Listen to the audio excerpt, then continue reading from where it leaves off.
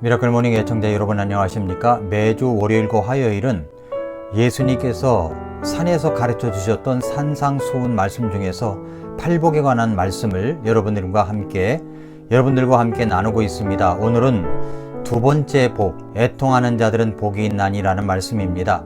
물질과 보이는 것에 관심과 열정과 애정을 쏟고 있는 물질 만능주의 시대에 진정한 복이 무엇인지를 알아보고 있는 팔복에 관한 말씀, 오늘은 애통하는 자의 복에 관한 말씀을 나누도록 하겠습니다. 사람들은 변화가 필요합니다. 변화뿐만 아니라 치유가 필요하기도 합니다. 그런데 사람들은 삶이 평안하고 안전할 때에는 변화를 그렇게 모색하지 않습니다. 사람들은 이상하게도 발등에 불이 떨어져야 그때서야 변화를 모색하기 시작합니다. 결혼 생활에 위기가 찾아오고 기대했던 사람들에게 상처를 받고 견고하게 느껴지기만 했던 물질이 나를 떠나가기 시작할 때 사람들은 그때서야 고통을 느끼고 변화를 시도합니다. 사람들은 하나님께 거부감을 가지고 있습니다. 그래서 하나님을 멀리합니다. 그러나 하나님은 어떤 사건이나 환경을 통해서 그러한 것을 도구로 하여 우리가 하나님을 향한 거부감이나 거절감을 무너뜨리고 새로운 변화가 일어나기를 기대하고 계시는 분이십니다. 그래서 때로는 어떤 도구나 사건을 사용하시기도 하십니다. 그래서 우리는 고통을 당하기도 하고 슬픔을 당하기도 합니다. 그러한 슬픔과 고통을 느끼게 하는 하나님의 도구들이 있습니다. 첫째로 하나님은 위기라는 도구를 사용하십니다. 뜻밖의 위기로 고통을 당할 때 하나님은 그 고통을 사용하여 우리의 거부감의 벽을 허무십니다. 생각지도 못했던 병이 생기기도 합니다. 그래서 수술을 하고 장기간의 치료의 고통을 당해야만 하는 경우가 있습니다. 일 중독으로 말미암아 스트레스가 쌓여서 건강에 치명상을 주는 경우가 있을 수 있습니다. 갑작스럽게 직장을 잃기도 합니다.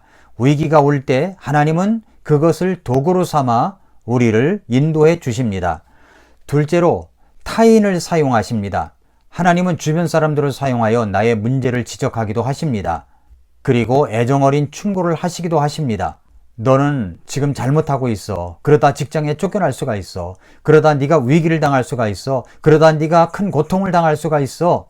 이런 소리를 타인을 통해서 들려주실 때가 있습니다. 셋째로 하나님은 불행을 사용하십니다. 건강, 정서, 신앙, 인간관계에서 예상치 못한 불행이라고 하는 요소들이 찾아오면 하나님은 가끔 뒤로 물러나서 우리의 잘못으로 빚어진 고통을 끝까지 맛보게 하실 때가 있습니다. 네가 하나님이 되고 싶으냐? 그렇다면 어디 네 마음대로 한번 해봐라. 고대 그리스의 설화 가운데 있는 이야기입니다. 이 세상을 떠나서 사후 세계로 돌아가기 위해서 그 입구에 도달한 한 여인이 있었습니다. 이 여인은 스탁스 강을 건너야 했습니다. 그래야 사후 세계에 들어갈 수 있는 것이었습니다. 거기서 이 여인은 웨이론이라는 이름을 가진 한 요정을 만납니다. 요정은 여인에게 이 강을 건너기 전에 미틀스 계곡에 있는 물을 마시겠습니까? 라고 묻습니다.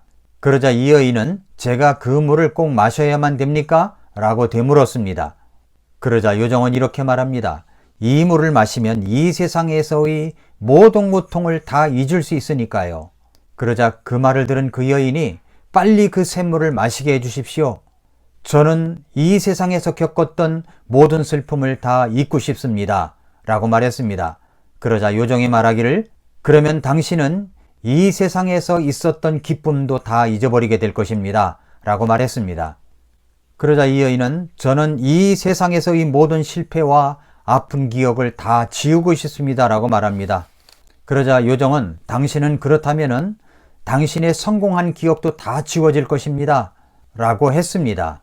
어서 속히 모든 상처를 잊어버리고 싶어요. 이 여인이 말하니까 다시 요정이 대답하기를 그러면 당신은 당신이 갖고 있었던 모든 사랑도 다 망각하게 될 것입니다.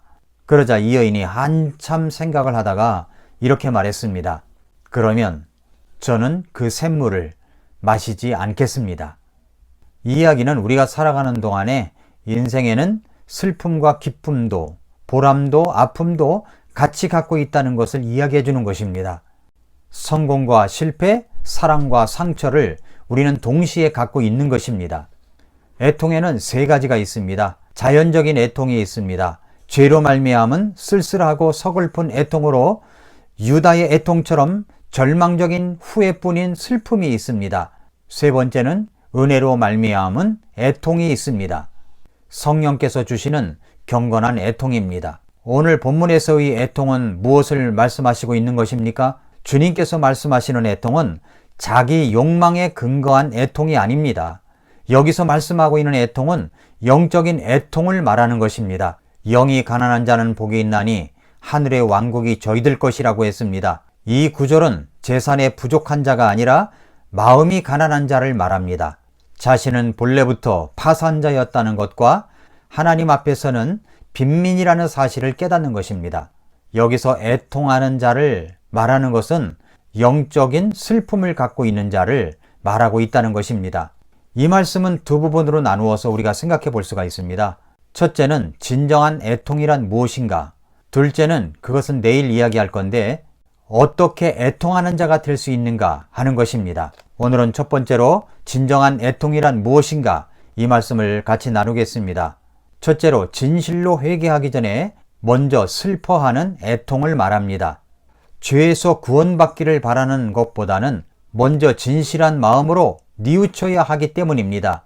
수많은 사람들이 자신이 죄인이라는 사실에 대해서 알고 있지만은 자기 죄에 대해서 진심으로 슬퍼하는 것은 없습니다. 그냥 이것은 피상적으로 자기 죄를 인정하는 정도일 뿐입니다. 이 정도 죄 안 짓고 살아가는 사람이 어디 있는가? 그런 사람이 있으면 손들고 나와보라고 해. 이렇게 말하는 태도를 말하는 것이 아닙니다. 애통하는 것은 이런 태도를 말하는 것이 아닙니다. 이것은 자기 합리화에 불과합니다. 하나님의 눈으로 바라본 내 삶의 모습, 내 의식과 무의식 깊은 곳에 있는 죄악의 뿌리를 바라볼 때 나를 하나님 앞에서 멀리하게 만들고 하나님을 거역하게 만들고 하나님의 말씀을 떠나게 만들고 있는 내 속에 끈끈하게 숨어있는 죄악의 뿌리를 바라보는 그 순간 내가 이렇게 살고 있다니 하는 깊은 탄식에서 나오는 것입니다. 그리하여 주님 앞에 부서지고 엎드려지는 것입니다. 이것은 단순히 죄를 인식하고 뉘우치는 정도가 아닙니다. 나의 존재의 심연에 있는 이 죄를 계속해서 직면하게 될 때 이 죄에 대한 인식은 죄에 대한 감정적인 연민을 낳습니다. 그래서 마침내 애통할 수밖에 없는 것입니다. 그 죄를 바라보는 순간 그 죄가 하나님을 거역하고 거스리는 모습을 인해서 주님 앞에 거꾸러지고 깨지는 것입니다. 살아계신 하나님 앞에서 똑바로 살지 못한 그 안타까운 모습을 인해서 전능자 앞에서 넘어지고 깨어지는 체험, 바로 이것이 애통하는 것입니다. 예를 들어서 설명해 볼까요? 누가복음 15장에 탕자가 나오죠. 탕자가 집을 나갔습니다. 허랑방탕했습니다. 자기 재산을 다 탕진했습니다. 그때 아버지가 생각이 났습니다. 그래서 혼잣말로 무슨 이야기를 합니까? 내가 일어나 아버지께 가서 이르기를 아버지여, 내가 하늘과 아버지께 죄를 얻었사오니 지금부터는 아버지의 아들이라 일컬음을 감당치 못하겠나이다 라고 이야기를 했습니다. 오늘날도 이렇게 자신을 뉘우치며 슬퍼하는 사람을 가리켜서 애통하는 자라고 말할 수가 있는 것입니다. 누가복음 18장에 보면은 바리새인과 세리의 기도가 나옵니다. 바리새인은 기도할 때 성전 저 앞쪽으로 나아가서 적어도 자신은 저 뒤에서 기도하는 세리와도 같지 아니하며 자신이 잘하는 장점과 자기가 잘하는 장점을 떠들어댈 때 세리는 감히 하늘을 우러러 눈을 들지도 못하고 가슴을 치면서 이르기를 하나님이여 불쌍히 여겨 주옵소서 나는 죄인으로소이다 라고 기도했던 내용이 나옵니다. 여기에서 진정으로 애통하는 자가 누굽니까? 바로 세리의 기도인 것입니다. 그는 왜 그렇게 기도하였을까요? 그는 자신의 마음에 죄악을 느꼈기 때문입니다. 사도행전 2장에서 오순절날 성령께서 임하셨을 때에 이와 같이 애통은 죄를 깨닫는 데서부터 시작되는 것입니다. 그것은 하나님과 하나님의 뜻에 대해서 반역하고 원수가 되었던 것에 대하여 경건하게 슬퍼하는 것입니다. 이것은 자신이 마음으로 믿고 의지해왔던 도덕성에 대한 슬픔이기도 하며 자기 자신의 원인이 되는 독선적인 태도에 대한 슬픔이기도 합니다. 이러한 애통은 영광의 주를 십자가에 못 박은 것은 나의 죄 때문이라는 사실을 고통스럽게 깨닫는 것에서부터 이루어지는 것입니다. 이스라엘의 믿음으로 그리스를 볼 때에 진정한 애통이란 무엇입니까? 첫 번째로 그것은 진실로 회개하기 전에 먼저 슬퍼하는 행동을 말하는 것입니다. 둘째로 우리의 영적 상태의 결핍에 대한 애통을 말합니다. 이것은 또한 우리 자신을 들여다볼 때에 우리의 영적 상태의 진실한 결핍에 대한 애통이며 우리와 하나님 사이를 갈라놓는 죄악에 대한 애통이기도 합니다. 이러한 애통은 언제나 영이 가난하다는 것을 느끼는 마음과 같은 것을 말하는 것입니다. 애통하는 자라고 할 때 이것은 최초의 뉘우침과 회개를 체험했던 것을 말하는 과거적인 것이 아닙니다. 이것은 애통하였던 것을 말하는 것이 아니라 애통하는, 즉 현재의 계속적인 체험을 말씀하고 있는 것입니다. 현재의 계속적인 체험을 말하고 있는 현재형이기 때문입니다. 다시 말해서 지금의 그리스도인들이 늘 가지고 있어야 할 마음이 바로 애통하는 마음이라고 말씀하시고 강조하시고 있는 것입니다. 지금 저지르는 죄가 고의적이든 그렇지 않든 간에 내 양심이 부드러운 상태 속에 있다면 마땅히 슬퍼해야 할 슬픔을 가지고 있는 것입니다. 진정으로 애통하는 마음이 있다면 우리는 우리의 본성과 부패함과 마음속의 죄악과 마음속의 부패의 심연에 대한 각성, 즉 그가 항상 부패한 일을 행하고 있음을 깨닫게 되기 때문에 괴로워하지 않을 수가 없습니다.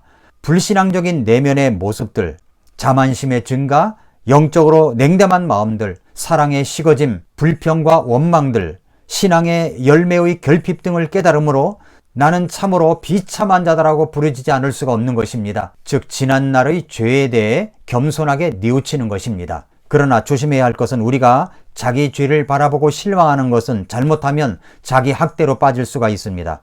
성경에서 말씀하는 애통은 자기 죄 때문에 자기 학대를 장려하는 것이 아닙니다.